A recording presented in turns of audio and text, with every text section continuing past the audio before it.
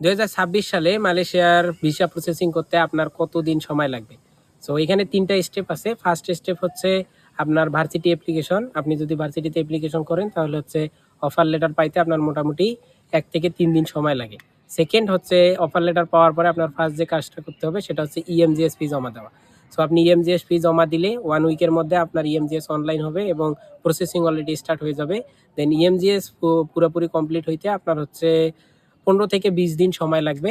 And third যে বিষয়টা সেটা হচ্ছে আপনার ইএমজিএস 70% হওয়ার পরে আপনাকে একটা ইভিএল লেটার দেওয়া হবে। এই ইভিএল লেটারটা নিয়ে আপনি হচ্ছে ভিসা অ্যাপ্লিকেশন করতে পারবেন। অ্যান্ড ভিসা অ্যাপ্লিকেশন আপনার ভিসা পাওয়া, অনলাইন ই-ভিসা পাওয়া, এই পুরা প্রসেসটা হচ্ছে ২ থেকে ৩ দিন বা ১ সপ্তাহ টাইম লাগতে পারে।